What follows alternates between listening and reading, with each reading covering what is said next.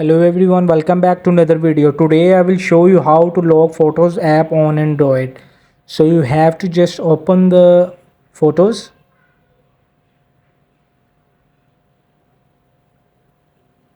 So you have to go back and open the phone settings and scroll down to find privacy, and you have to click privacy and scroll down to find app lock. You have to click to the app lock and set privacy password. Here black is for set password privacy, so you can't see it. So I can set them password for app lock or Photos. So you can reset through security question, what is the name of your teacher.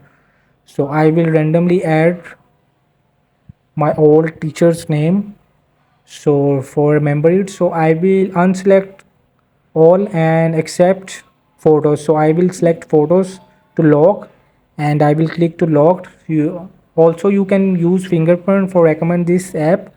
Now I will home back and open the photo, and it will be asking. Black is for fingerprint scanner, so I will thumb and it will be opened. So hope this video help you. Please don't forget to like and subscribe and get notified for more videos.